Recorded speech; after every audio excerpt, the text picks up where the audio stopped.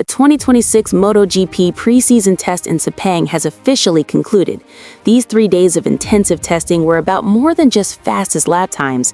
They revealed exactly where the balance of power is shifting for the new season. From the humid paddock of Sepang, one thing is clear: some teams look remarkably composed, while others are already facing massive questions. Day 1 began with an aggressive pace right from the opening session. Marc Marquez immediately set the benchmark, closing the day at the top of the standings.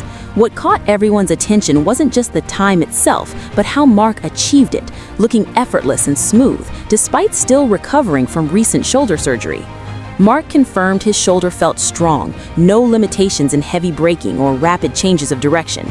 He also echoed Pecco Bagnaya's feedback regarding the 2026 Ducati.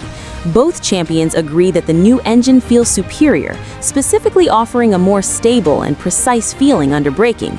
Ducati remained highly active, testing various aero fairing configurations, proving that aerodynamics remains their primary weapon. However, the day was marred by a major incident in the Yamaha camp. Fabio Quartararo suffered a heavy crash, resulting in a fractured finger that forced him to withdraw from the test early. Day 2. Day 2 brought a significant shakeup to the timesheets. Joan Mir stunned the paddock by taking the top spot, bringing Honda back to the summit. Honda was seen testing a new swing arm and major rear-end developments, focusing heavily on traction and exit stability. Following the session, Mir called this the best Honda he has ever ridden. It was an optimistic statement, yet it left many wondering, can Honda truly close the gap to Ducati over a full race distance? Meanwhile, Yamaha was nowhere to be seen. The team did not complete a single lap on day 2, 0. Technical manager Massimo Bartolini explained that following Quartararo's crash, the team found indications of reliability issues with their brand new V4 engine. As a precaution, Yamaha halted all track activity, a rare and drastic move. In the paddock, this sparked a heated debate. Is this mere caution or a sign of a much deeper crisis? Day 3. Day 3 served as the final evaluation.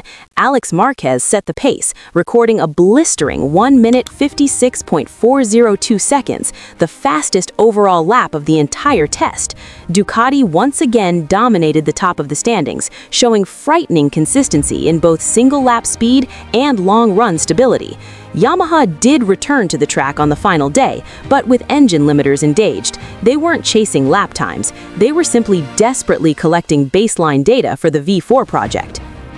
The standings. The combined top 10 for the Sepang test stands as follows. Alex Marquez leads the way. He is followed by Marco Bezzecchi, Fabio Di Gianantonio, and Marc Marquez.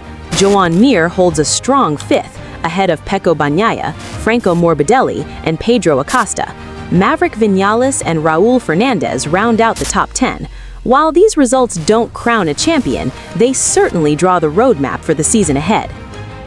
Spotlight: Toprak Razgatlioglu and Diogo Moreira. Outside the top 10, 2 names drew significant interest. Toprak Razgatlioglu finished 19th overall. For the world champion, this wasn't about the clock, it was about adaptation. MotoGP demands a completely different approach to braking and electronics. This test was Toprak's first real step into understanding the reality of the premier class. Meanwhile, Diogo Moreira finished 20th. For the young rookie, the goal wasn't headlines. It was about survival, learning, and building a foundation in the world's most competitive racing environment. Manufacturer evaluation.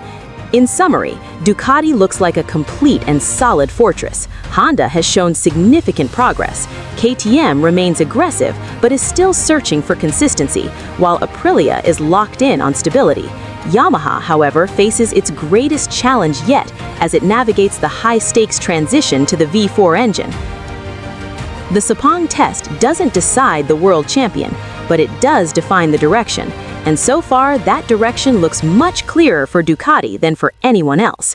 The 2026 season hasn't started yet, but one thing is certain: we are either looking at the most competitive season in years or a total domination from the very start.